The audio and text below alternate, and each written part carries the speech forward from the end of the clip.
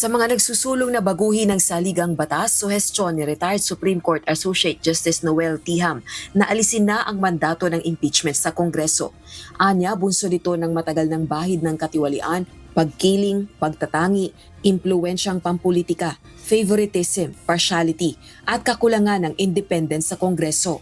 Dagdag pa nito, dapat lumikha ng independent impeachment court na binubuo ng mga retired justices ng Korte Suprema, retired na mga mambabatas at mga dating pangulo, vice-presidente o cabinet members na subok na ang competence, integridad at katapatan.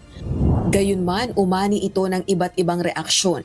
Ayon kay House Committee on Justice Chairperson at Batangas 2nd District Representative Jervy Luistro, wala itong nakikitang masama sa kasalukuyang sistema kung saan nasa Kongreso ang kapangyarihan ng impeachment. Dagdag pa nito, salungat sa prinsipyo ng right sizing sa pamahalaan ang pagkakaroon ng independent impeachment court. And I think we are good. We are observing the separation of power. Tapos pag nakikita naman ng isang branch na parang nagkakaroon ng paglampas sa supposed na kapangyarihan ng isang branch, we observe din naman and we accept the principle of checks and balances, no? And I think the current impeachment process is okay. Kailangan lang natin sigurong i-reconcile the decision of the Supreme Court and the independence of the legislative in as far as the impeachment process is concerned, no?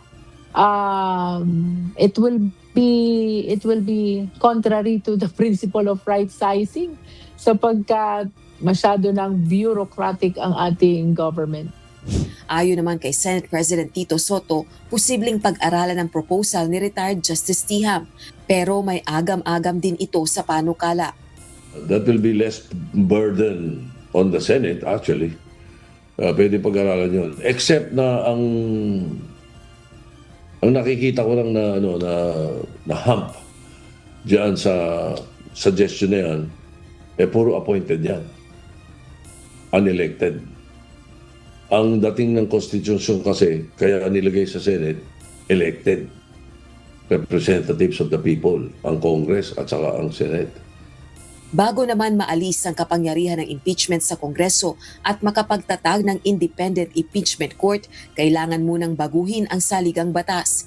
Si House Deputy Minority Leader at ACT Teachers Party List Representative Antonio Tino nananatiling tutol sa charter change. Ito naman sa ibang mga bansa na may mga ibang sistema ng gobyerno, meron talagang separate or independent impeachment court, and that could be studied. Pero